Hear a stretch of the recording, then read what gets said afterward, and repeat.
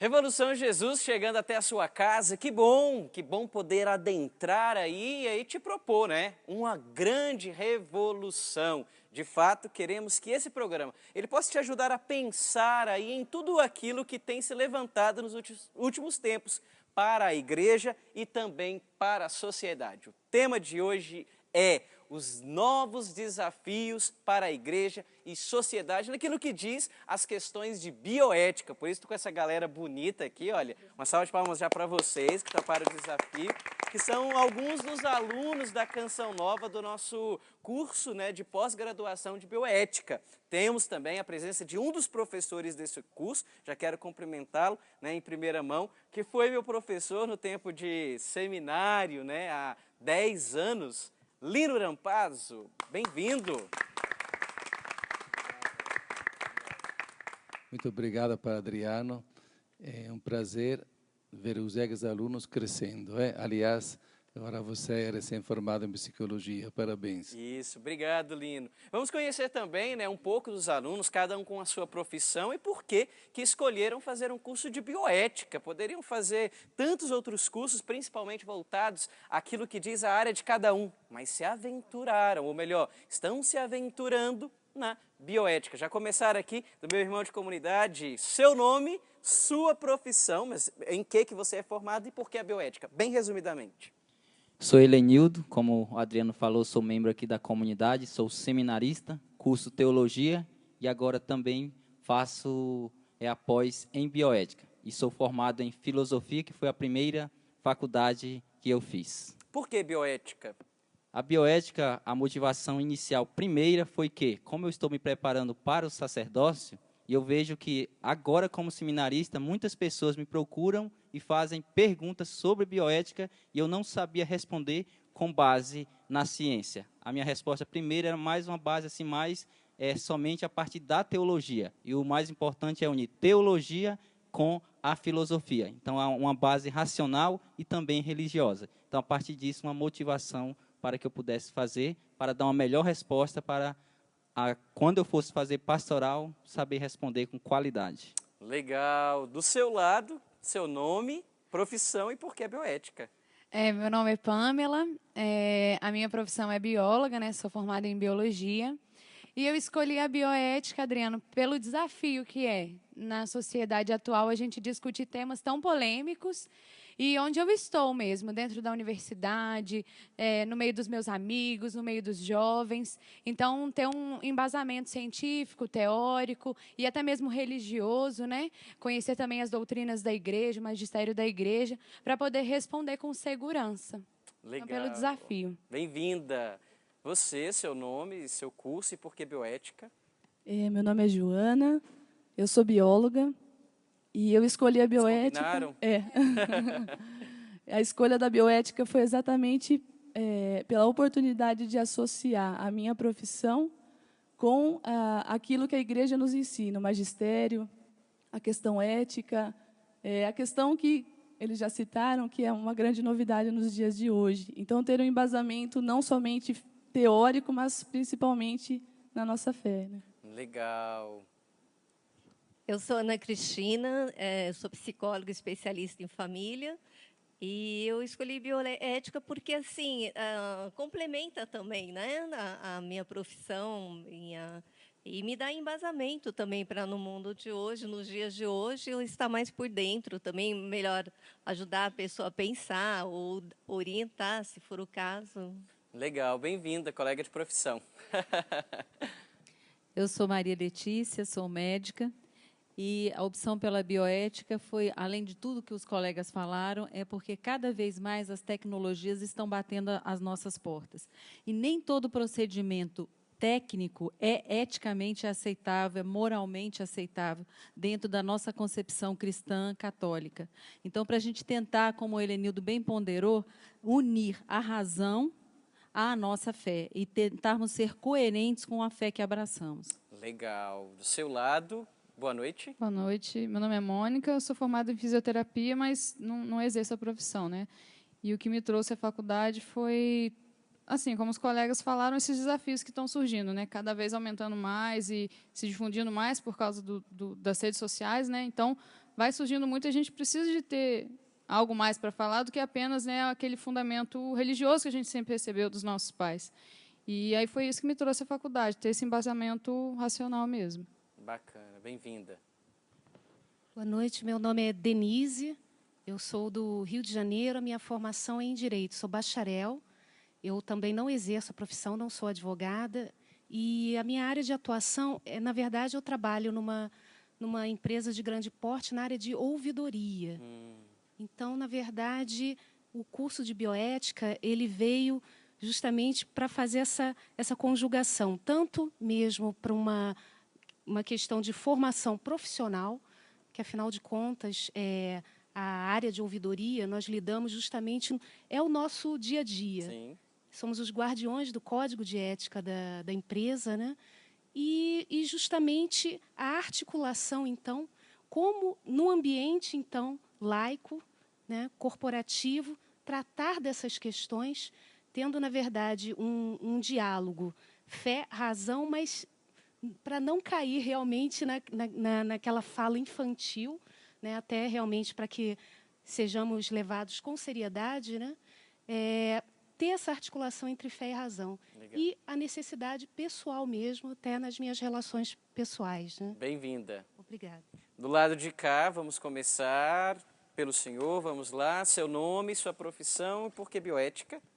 Meu nome é Moacir Júnior, de Pouso Alegre, sou farmacêutico e faço a bioética para poder a gente poder avaliar a conduta dos setores onde a sociedade não consegue avaliar, não consegue atuar, né? Às vezes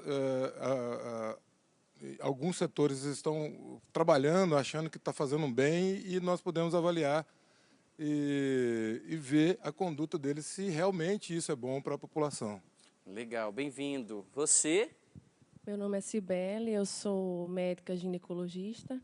Então, assim, eu tinha, há algum tempo, tenho minhas posições como cristã católica, e aí, quando entrei na residência médica e na minha profissão, começaram os questionamentos, né, os conflitos, né, com vários temas que envolvem a ética, como reprodução assistida, aborto, e eu sempre fui muito questionada com relação a isso. E eu, quando vi o curso, foi uma saída para mim, para eu aprender a me posicionar frente a esses questionamentos, tanto com relação à minha posição, quanto nos questionamentos que eu tenho diariamente de pacientes e de colegas de profissão também. Então, por isso estou aqui. Legal, bem-vinda. Senhor? Boa noite, meu nome é Edson, eu sou de uma área completamente distinta, sou administrador de empresas, né? O que vim buscar é um aprofundamento na fé mesmo, próprio. Além do que, eu tenho um filho que faz medicina, está no terceiro ano de medicina, então eu quero conhecer esse mundo. Bacana. Seja bem-vindo. Obrigado. Você? Meu nome é Ilza, eu sou de Resende, sou missionária também na Canção Nova, do Segundo Elo, né, e sou médica dermatologista, né. Então, assim, inicialmente eu procurei, né, a bioética para ampliar os conhecimentos, né, consolidar mais os conhecimentos, tanto na parte técnica também quanto em relação à nossa fé, né, para tentar unir razão e fé. E frente a esses desafios, né, porque a gente, como médico, a gente está meio na linha de frente agora, né. Com certeza. Então, assim, para a gente ampliar mesmo os conhecimentos. Legal, seja bem-vinda. Você? Eu sou a Michele, sou professora, sou de Itatiba, e procurei a bioética para buscar respostas, na verdade, por esses desafios em relação às novas posturas que vêm sendo tomadas, as novas ideologias. E, principalmente como professora, observando os meus alunos, que eu dou aula para adolescentes, como essas novas ideologias e esses novos desafios da ética influenciam diretamente no comportamento deles. E eles acabam perdendo o significado de muitas coisas. Aí, por isso, eu vim buscar esse curso para buscar essas respostas desses novos desafios da bioética. Legal, seja bem-vinda. Obrigada. A senhora? Meu nome é Aura, eu sou do Rio, mas estou agora em Brasília. Eu sou bióloga de formação e também sou bacharel em Direito. Eu vim para esse curso para poder tomar pé no que está acontecendo no Brasil e no mundo, né? Todos esses questionamentos para me atualizar. E eu tenho uma filha de 18 anos, então eu tenho que ter muita força, até racional, para poder enfrentar tudo isso. Legal. E você, a mais nova, né? Aqui a nossa mascote, seu nome? Eu sou a Mariana, eu sou do Rio de Janeiro, sou filha da comunidade, meus pais são da Canção Nova. E eu estava aqui na Canção Nova, fui convidada para participar e estou aqui para aprender mais, que nem eu até chegar aqui nunca tinha ouvido falar, e eu achei bem interessante. Legal. E ela representa você, você que vai estar também nos assistindo, se inteirando, né, de tantos assuntos que norteiam aí também essa questão da bioética. Já quero começar com uma pergunta, porque cada um aí tem um punhado, afinal de contas são seus alunos e aluno gosta de fazer pergunta. E o bom aluno é aquele que tem muita pergunta, né? Não aquele que já tem todas as respostas. Lino, só para explicar, né, até mesmo para a nossa convidada aqui, o que seria a bioética? A bioética tem um sentido etimológico, quer dizer, um termo novo que vem do grego bios etiqué. Bios significa vida, etiqué seria ética da vida, respeito da vida. Mas a bioética nasceu num hospital. No começo da década de 70, Van Potter, nos Estados Unidos, era um oncólogo, e ficou preocupado diante do fato que hoje a vida está sendo ameaçada pela tecnologia. Pela primeira vez na história da humanidade, o homem produziu os instrumentos que podem acabar com o planeta Terra e com os humanos que estão dentro. E a certo ponto ele se questiona por que chegamos a este ponto. E responde dizendo que chegamos a este momento crítico porque houve uma separação entre a técnica e a ética. E é necessário fazer uma ponte entre estas duas áreas. Daí nós questionamos até que ponto os novos instrumentos, as novas técnicas estão respeitando a vida. Eu tenho 3 filhos e a minha esposa, quando ficou grávida, foi se submeter à ultrassom. Ultrassom é tecnologia. Bem-vinda a esta tecnologia. Ela não poderia ter tido os 3 filhos senão com cesariana. Bem-vinda a cesariana, que é fruto da tecnologia. Agora, sempre a tecnologia respeita a vida, eis o grande questionamento. Legal. E aí já fica uma pergunta também. A bioética, ela não tem um fundo moral católico, cristão. A bioética, ela é vista como uma ciência ou não? Então, é bom lembrar, esta matriz não nasceu na igreja, nasceu num hospital.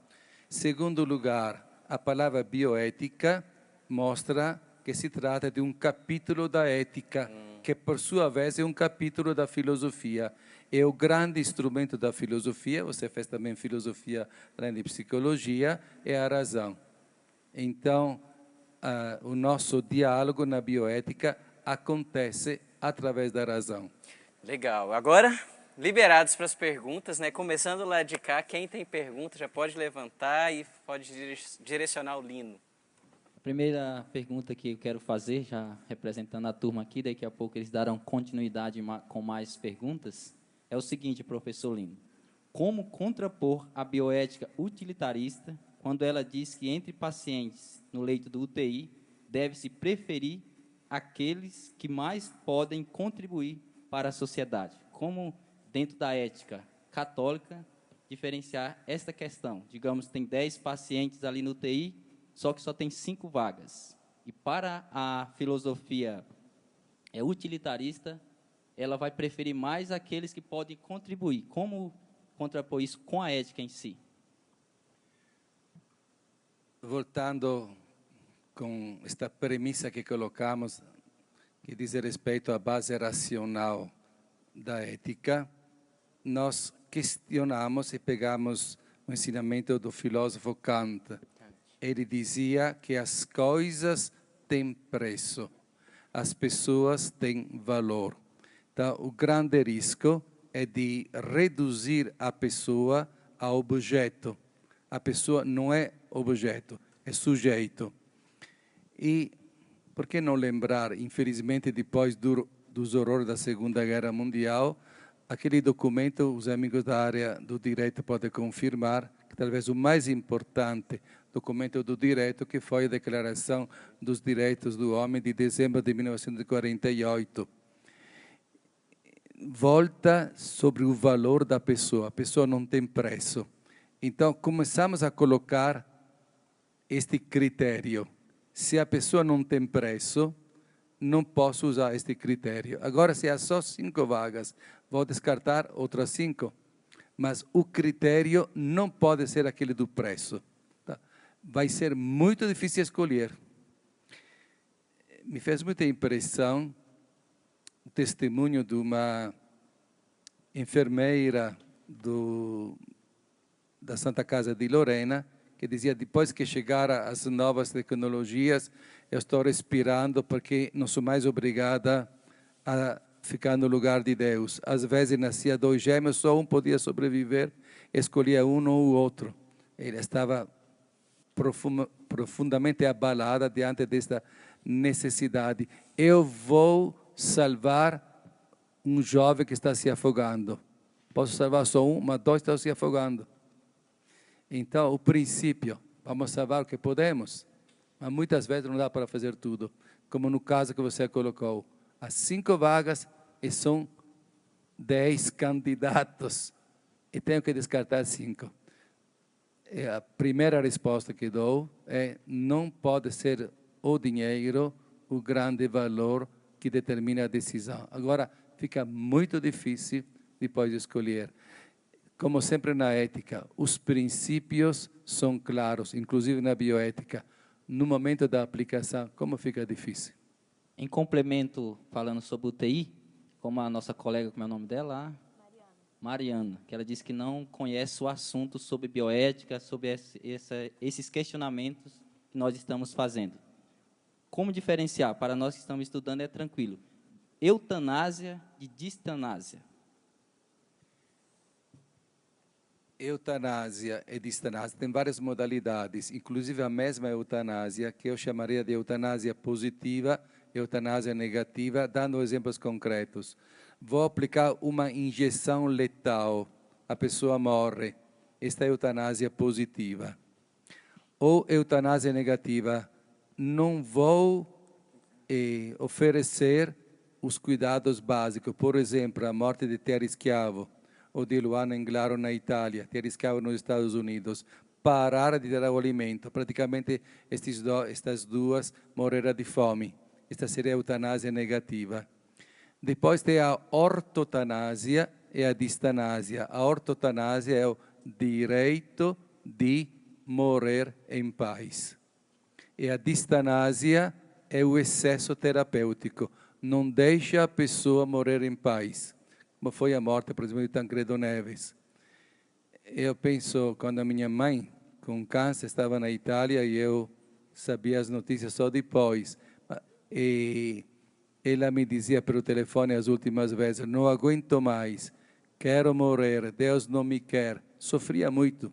Internada, um dia teve uma crise, levaram correndo para a UTI. Eu soube depois. Do meu ponto de vista, não devia levar para a UTI. Deixa ela morrer em paz.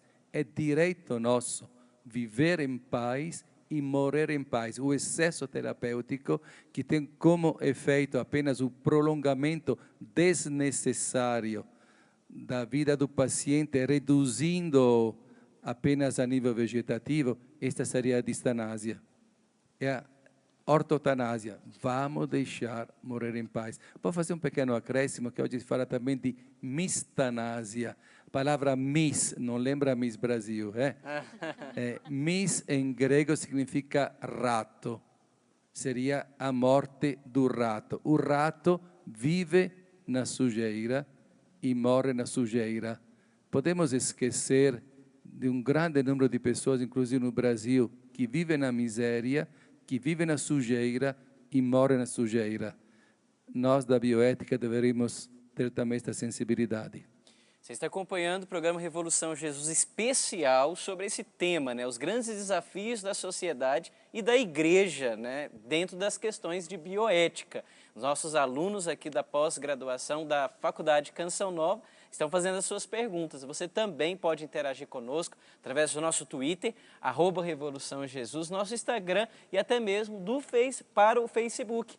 Ah, tá, Adriano, mas vocês não vão fazer minha pergunta, não vão respondê-la. Não, a gente pega tudo isso, passa para o Lino e depois a gente dá um jeito também de te responder. Vamos continuar aqui com a nossa turma. É uma sala de aula hoje, né? Quero saber daqui agora, né? Quem tem pergunta que pode fazer já para o professor Lino.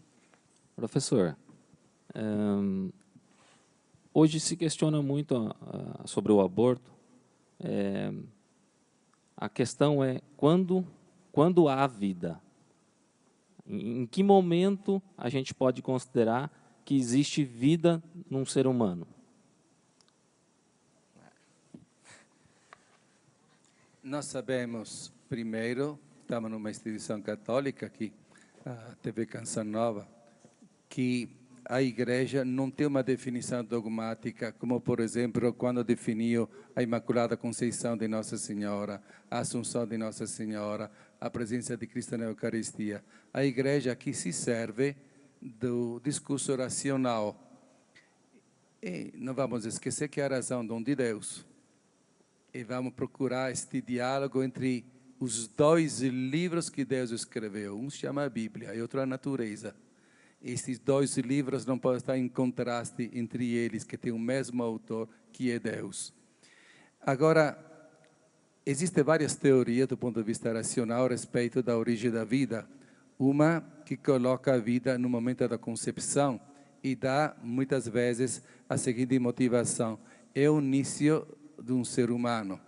Tudo bom, mas essa teoria tem uma contestação. Por exemplo, vamos pegar o caso dos gêmeos univitelinos. Nós temos um óvulo já fecundado e depois se tornam dois, Rômulo e Remo, Ana e Maria. Já está fixado o sexo.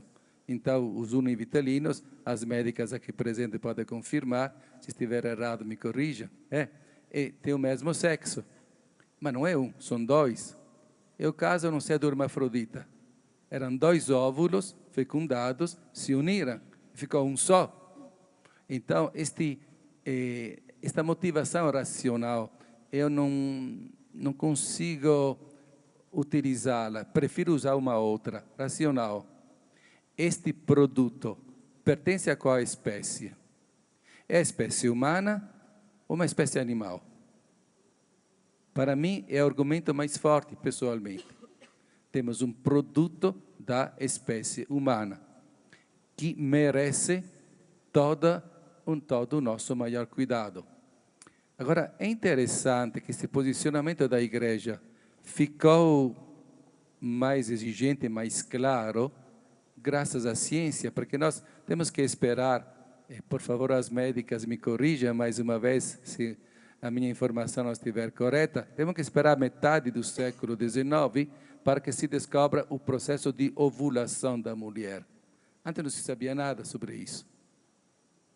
Então, a partir do processo de ovulação, nós ficamos, permita-me como leigo em medicina, encantados com toda a formação do ser humano a partir do momento da fecundação. Existem também muitos outros questionamentos, por exemplo, calcula-se que entre 30% e 50% dos óvulos já fecundados não conseguem implantar-se no útero.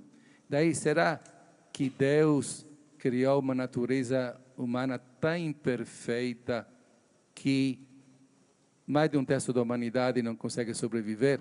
Não poderíamos colocar o início da vida humana, os medievais chamavam momento da animação, quer dizer, quando a alma entra no corpo. E hoje prefere-se falar de hominização, quando tem o ser humano. Bom, diante de uma certa incerteza que temos que reconhecer, seja do momento do início da vida humana, como também do momento da morte. Não há nenhum microscópio que me mostre quando a alma entra no corpo ou quando a alma sai do corpo. Então, por que não fazer referência a um princípio que, por exemplo, é aplicado no direito ambiental? Se chama princípio de precaução. Quando não sei, preciso respeitar. Eu sou caçador e percebo que há um movimento, não sei se é de pessoas ou de animais, atrás de uma árvore. Posso dar um tiro? Não posso. Princípio de precaução. Aparece um novo produto. Não sei qual é o efeito deste produto na natureza. Está estragando a natureza ou não? Eu, por precaução. Precaução ou prevenção? A diferença qual é? Prevenção eu já sei o efeito. Já sei que despejar óleo na Baía de Guanabara é um grave dano para o meio ambiente. Então, vou prevenir, já sei, para que não aconteça. Ora, precaução, não sei o que vai acontecer, mas Aristóteles falava da frônesis em grego, a virtude da prudência, que é uma virtude humana. E quando falamos aqui especificamente da bioética, é uma mensagem dirigida a toda a humanidade, não é simplesmente quem é católico, quem é budista, quem é ateu, não, para todo mundo. É o grande princípio da dignidade da pessoa humana. Legal, eu já até pegar ginecologista aqui, porque tivemos no Revolução Jesus até uma questão, né, referente a isso, aos anticoncepcionais, né, o porquê que a igreja ela é contra. Primeiro, né, que ela é contraceptiva, então a igreja ela é contra, né, por causa disso. E também por um princípio abortivo, ou seja, quando ele não é eficaz, né, ali na questão da ovulação, ele vai impedir essa fixação. É isso mesmo, ginecologista? Olha, Adriano, existe muito questionamento. Todos os dias eu acho que me perguntam com relação aos anticoncepcionais, o porquê de eu me posicionar contra os anticoncepcionais. Eu pego o que o professor disse, o princípio da prudência. Existe uma possibilidade dos anticoncepcionais hormonais orais, que são esses mais comuns, como a pílula, não impedirem a ovulação. A gente não sabe quantificar isso. 90% das vezes ele impede a ovulação? Não sei. Algumas vezes, há a possibilidade deles não impedirem a ovulação, principalmente aqueles de baixa dosagem, que são os mais utilizados hoje. Se não houver esse impedimento da ovulação, por exemplo, a mulher ovulou e teve uma relação sexual, esse anticoncepcional, esses hormônios, eles vão atuar de outras formas. Dentre essas formas, há a hipótese que ele pode impedir a nidação, que é a fixação do zigoto no endométrio. Se consideramos o início da vida o momento da fecundação, ele será abortivo. Assim como a pílula do dia seguinte também. É sempre um questionamento, porque alguns estudos vão surgindo e vão questionando se realmente podem impedir a nidação ou não. É uma coisa que a ciência está pesquisando. Mas, como o professor nos falou, utilizamos o princípio da prudência. Então, esse é mais um, além de tantos outros, mais um argumento nosso de nos posicionarmos contra os anticoncepcionais. Valeu. Vamos lá, mais pergunta do lado de cá, pode mandar ver. Então, vamos mudar um pouco de assunto, né? Porque ano passado, na nossa sociedade foi muito discutida a ideologia de gênero. Ainda está muito em pauta, né, o assunto nas redes sociais. E houve uma preocupação muito grande com a entrada do tema nos planos municipais de educação. Então, foi uma preocupação muito grande nós professores, né? Como lecionar isso nas escolas. Então, diante dessa questão da ideologia de gênero, como que deve ser o meu posicionamento ético e também cristão, professor? Eu começo com posicionamento ético, porque a ética, como dizia Kant, tem uma jurisdição universal. Então, uma mensagem para todos. Senão, eu diria, tá bom, isto vale para quem é cristão, para quem não é cristão, faço um outro raciocínio.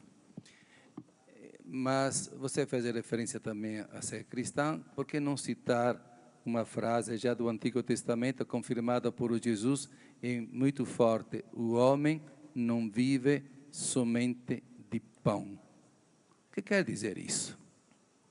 Os casais homossexuais têm possibilidade de dar pão para as crianças? Com certeza. E talvez mais pão do que outros. Aqui tem uma psicóloga, um psicólogo. e me ajude, por favor. Será que a figura masculina e a figura feminina, figura paterna e materna, não é fundamental para o crescimento equilibrado da criança? Então, a criança precisa só de pão ou tem outras necessidades? E estes dias, eu sou italiano e quase todos os dias entro nos jornais italianos pela internet. E havia um posicionamento do presidente da Conferência Episcopal Italiana, porque este discurso de ideologia de gênero não é só no Brasil, é globalizado.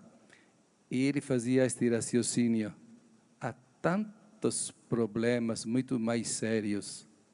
Ele dizia, fazendo referência ao desemprego da Itália, nas nossas paróquias estamos cheios de paroquianos que ficaram desempregados. No caso do Brasil, 2,5 milhões, eu li hoje, no último ano. Será que não há questões um pouco mais urgentes a serem tratadas? Bacana, e eu quero trazer aqui um pensamento, né, do autor cristão católico Chesterton, e ele, acho que já lá na década de 30, 40, ele já se antecipava disso, né?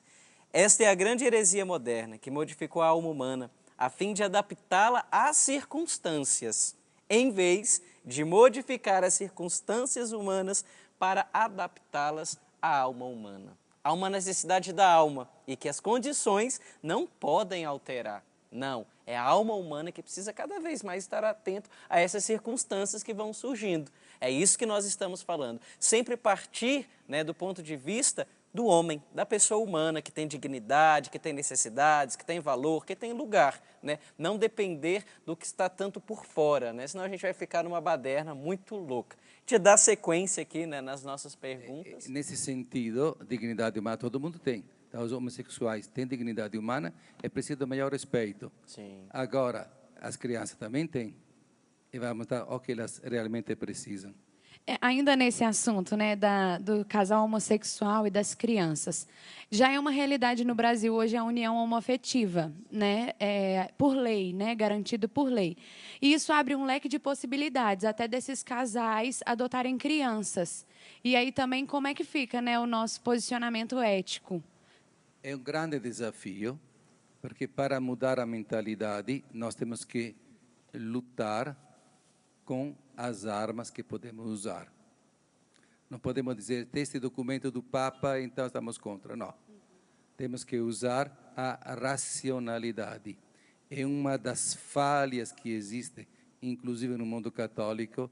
E neste momento estou parabenizando vocês que acompanham o curso de bioética, é procurar este instrumento da racionalidade. Como eu posso demonstrar? Na semana passada, nas aulas de ética, eu fiz referência, por exemplo, à experiência da escravidão. No Brasil, 300 anos atrás, era normal aceitar a escravidão. A um certo ponto, houve uma conscientização que demorou muito tempo para mostrar que é melhor para o ser humano abolir a escravidão. Eu penso que um grande desafio, a partir certamente da inspiração da fé, mas procurando a arma da racionalidade, convencer ao pouco o que for melhor, primeiro para as crianças, e depois o grande valor da família. A Itália vai organizar o Family Day, o Dia da Família, é o contrário da parada gay, e não é organizada pela igreja. Legal. É organizada pelos leigos, não simplesmente os católicos. Algo foi organizado também na França, e fique claro, porque a imprensa não conta estas coisas, mas houve vários homossexuais que fizeram a passeada do Family Day, porque disseram, nós somos homossexuais, uma conta é a união homossexual e outra conta é a família, é outra coisa. Então veio de homossexuais. Você viu que o assunto tá bom, né? Mas a gente vai dar um breve intervalo, daqui a pouco a gente volta com mais perguntas, né, referente a essa realidade da bioética, principalmente nos desafios que nós, como católicos, mas também como cidadãos, estamos enfrentando nos últimos tempos. É rápido, daqui a pouco a gente volta.